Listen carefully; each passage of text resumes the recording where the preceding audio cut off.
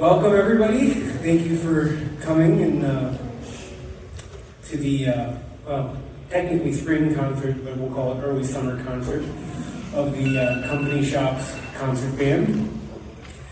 We have put together quite a long program of music that I hope you enjoy, but I wanted to kind of give you an introduction tonight because we have a theme, and I want you to understand what's going on before we start. We're going to take a little bit of a trip back in time, about 100 years to the early decades of the 20th century. It's a time of transition in music. You're coming out of the tail end of what's called the nationalistic composers, and every composer basically was trying to find ways in their music to build up and, say, hey, I'm from this country and it's really great and our music is particular to us. So we're going to do a comparative journey across the pond between the UK and the United States, because those are the two areas where true band music was developing. The military bands had come about basically in the mid-1800s, around the time of the Civil War. You really started seeing actual just brass military bands, which, the invention of marches and things for that. And into the 20th century, it kind of became, okay, what are we going to do with this new thing of a band? Orchestra music started becoming a little bit passé, and band was the hot new thing. In the UK, the United Kingdom, they kind of reached backwards. You had a lot of the first really major band composers over there were like Gustav Holst, Percy Grainger, a little bit of Edward Elgar, and what they did is they looked back. The United Kingdom is a very old country. They looked back at their folk song, their roots, their past, the folk songs that had been passed down for literally hundreds, in some cases, almost 1,000 years. And they based a lot of their early band music on those folk songs. Whereas in the United States, we're a young country, so we're looking at, okay, what is going to be our legacy? So that's where, out of the spirituals of the late 19th century, African American music created kind of a whole new language of music that turned into like ragtime, and then eventually into jazz and big band. So they're kind of pushing forward in time with newer things. So that's going to be kind of a comparison. A lot of the British, most of the pieces we're playing tonight, they're not like orchestral pieces that have been written, changed over to band. They are written for band. But you've got, on the other side of the pond where they're looking backwards towards their history, and over here where we're pressing forward to something new. So it's kind of a comparison between those two extremes of the early band movement. We're going to start out on the British side, and the reason I wanted to talk about this first, British band music, their folk song adaptions, they tend to have a very particular style. They would take the tune that they're basing things on, and they would state it, and then the rest of the piece, they're playing it over and over and over again, and changing things under it, different accompaniment patterns, changing the time feel, changing the style from smooth to more marked and things. So especially this first piece is a very, very good example of that. You're going to hear the same tune played over and over and over again, and what's so cool about it is what he does underneath it. So we're going to start off with a Percy Grainger arrangement of the folk song "I'm 17 Come Sunday."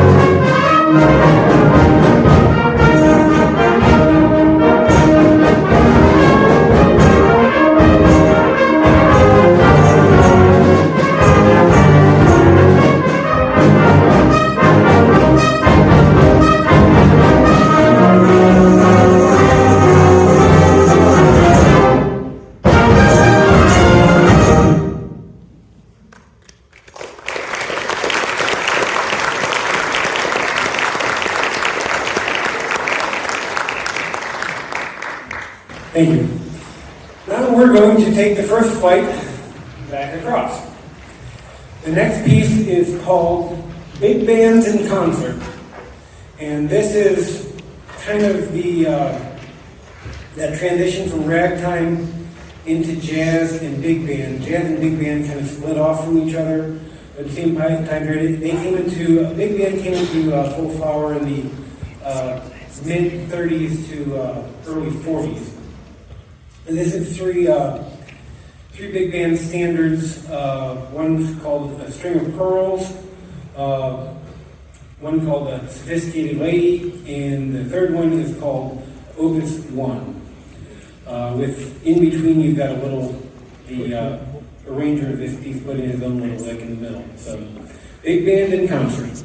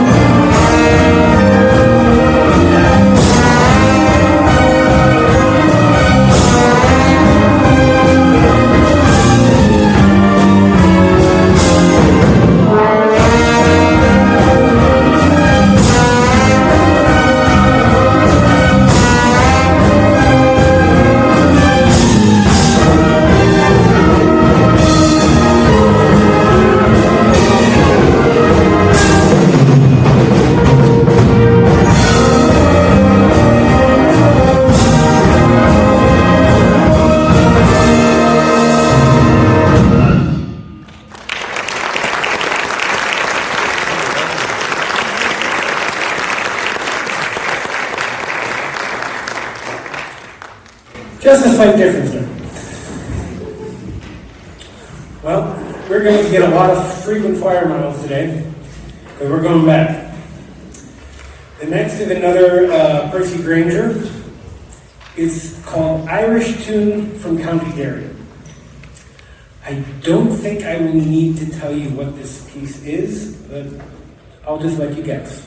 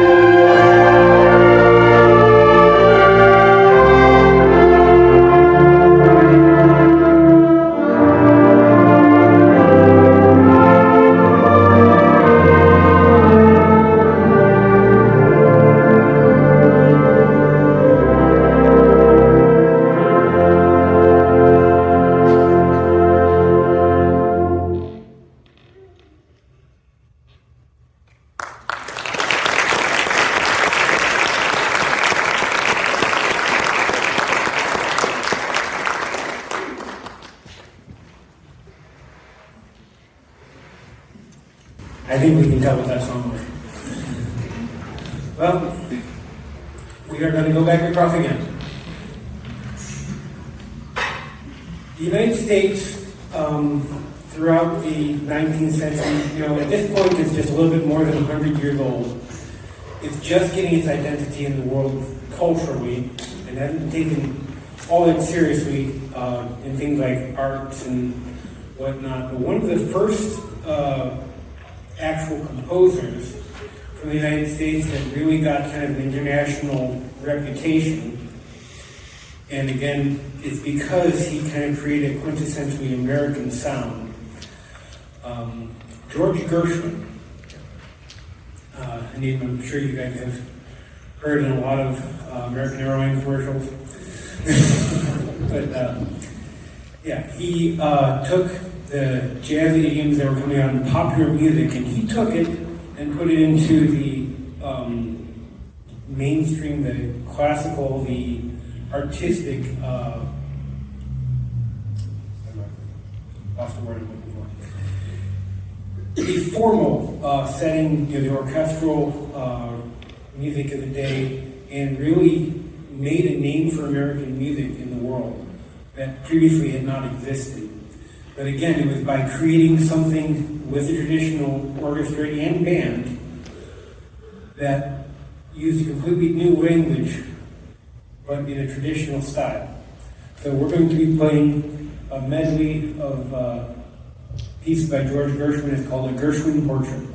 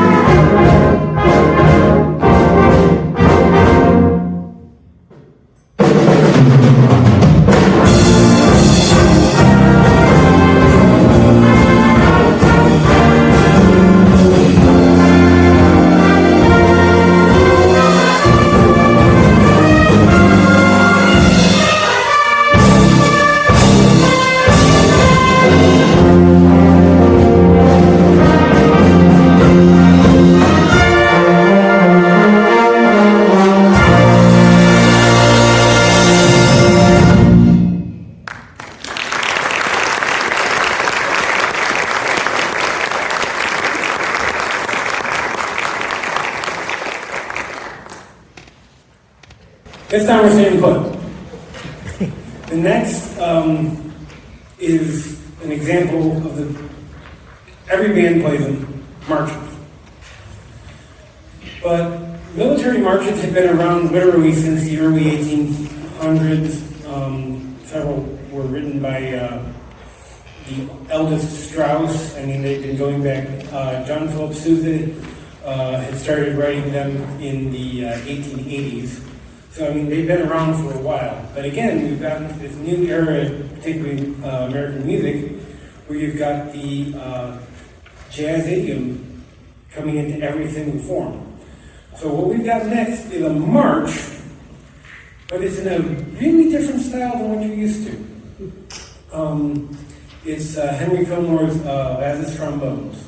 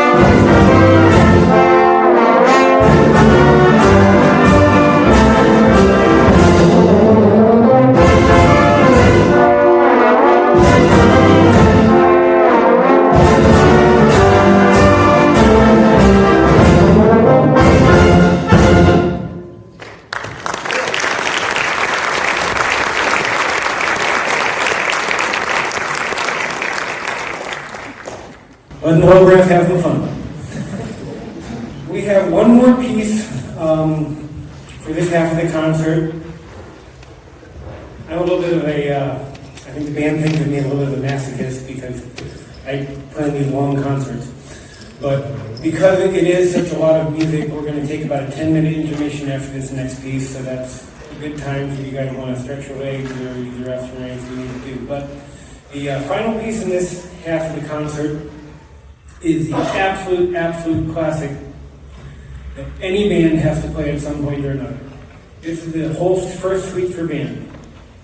Now, it's a little different than the other couple songs we've heard, British songs we've heard so far, in that he didn't actually use British folk songs. What he did is he wrote some tunes that sound like they should be British folk songs. And put them into 3 different styles. You have the 3 movements. Chaconne, which is a form of dance. Intermezzo, which is just kind of a bridge, and then the march, which I wanted to put this here because you just heard a march, an American style march, and now we're going to have a British march at the end of this, and I think you'll find it very interesting putting them back to back. So the whole first suite for band in E flat.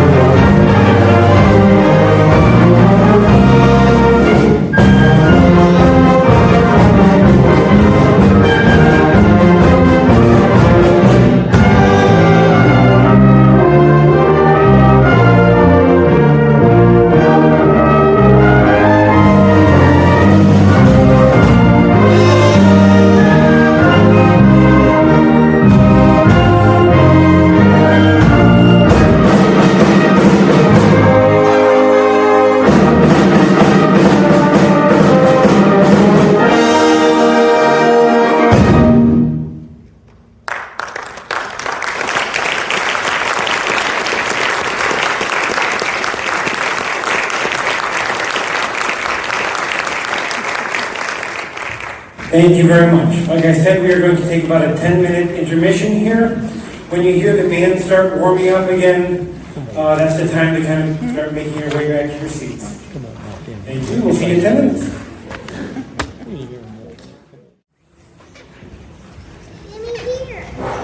Welcome to the second inning. We're going to start off with something a little bit more serious for the second half and a little bit out of the rest of the program. This concert is kind of sandwiched in between Memorial Day and the 4th of July. I wanted to make sure we had something patriotic in the program. The next piece is called Fight of Valor. It was written by James Swearingen in honor and remembrance of United Flight 93 from 9/11 in 2001. So it's kind of a representation of, in the middle you'll hear kind of the urgency and the action taken by the people who prevented a greater tragedy. But also it's intertwined with the hymn, It Is Well With My Soul, in recognition of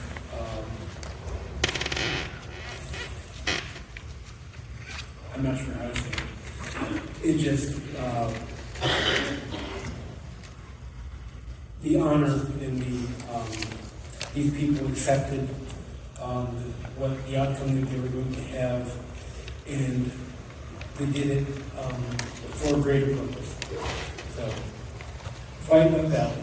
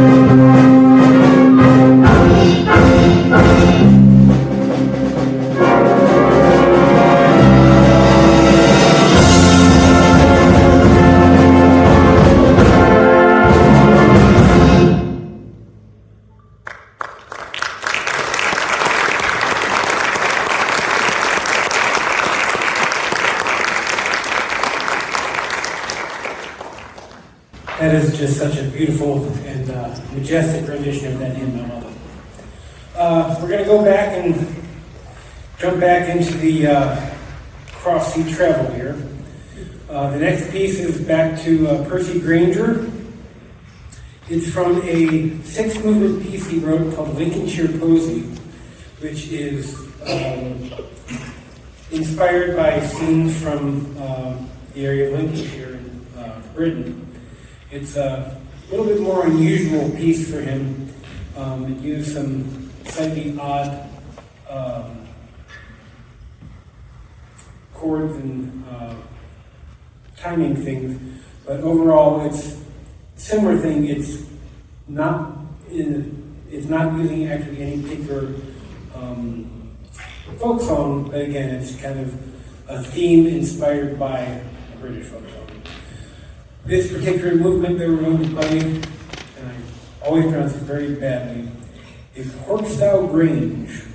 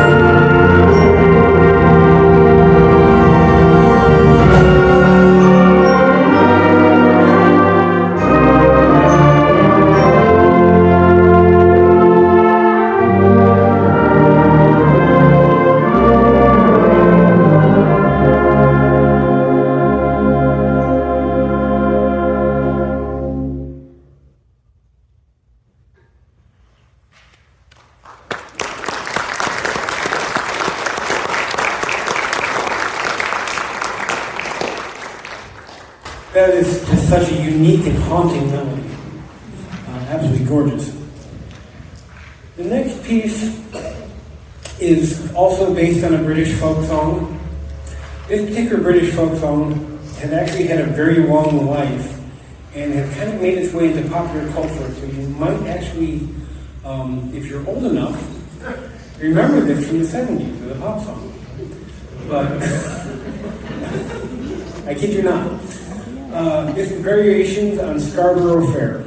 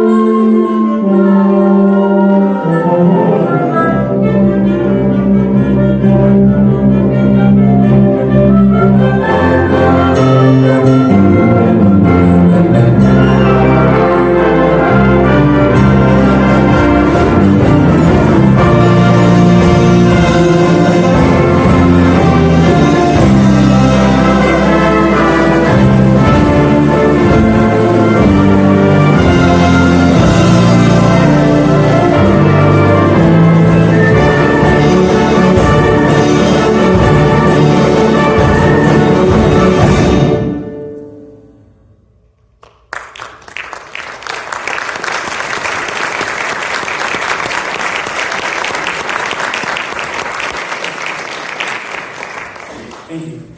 That's a fun little piece. It actually gets into full fugue in there, so we had a lot of fun with that.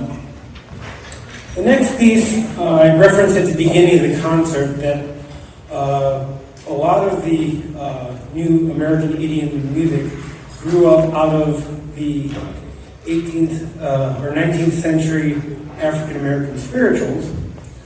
So, in recognition of that, we are going to be playing some spirituals.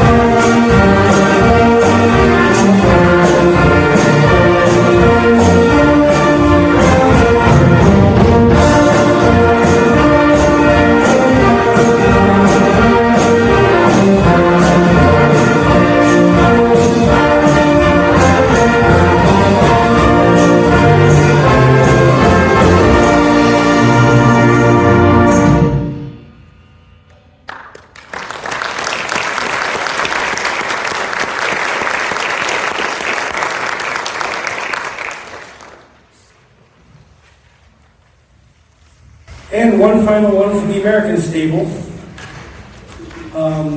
One of the very, very popular band leaders in the mid-30s was Duke Ellington. So we had to play one of his pieces. This is a standard I've never heard before, this arrangement, but I like it a lot. It's called Caravan. It's inspired by kind of a Middle Eastern feel. So I think you'll find it very interesting and enjoyable.